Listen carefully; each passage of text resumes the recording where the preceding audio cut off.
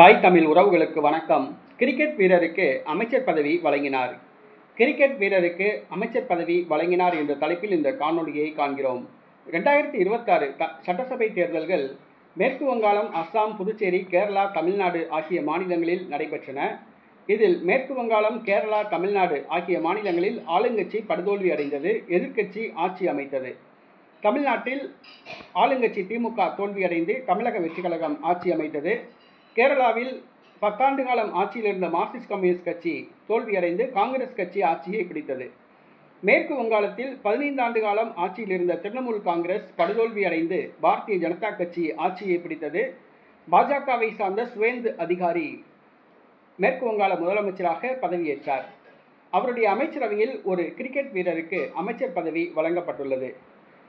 2009ஆம் ஆண்டு முதல் 2013ஆம் ஆண்டு வரை இந்திய கிரிக்கெட் அணியில் இடம்பெற்ற அசோக் திண்டா அவர் மேற்கு வங்காள சட்டசபை தேர்தலில் பாஜக வேட்பாளராக போட்டியிட்டு 16,000 வாக்குகள் வித்தியாசத்தில் வெற்றி பெற்றார்.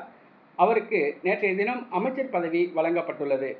இவர் IPL கிரிக்கெட்டிலும் கொல்கத்தா, டெல்லி, ராஜஸ்தான் அணிகளுக்காக விளையாடியுள்ளார். கிரிக்கெட் வீரர் அசோக் திண்டா அவர்கள் மேற்கு வங்காள அமைச்சராக பதவியேற்றுள்ளார். பாரதிய ஜனதா கட்சி ஏற்கனவே பல விளையாட்டு வீரர்களுக்கு அமைச்சர் பதவி வழங்கியுள்ளது. ரத்தோர் ஒலிம்பிக் போட்டியில் வெள்ளிப் பதக்கம் வென்ற ரத்தோருக்கு அமைச்சர் பதவி வழங்கியது.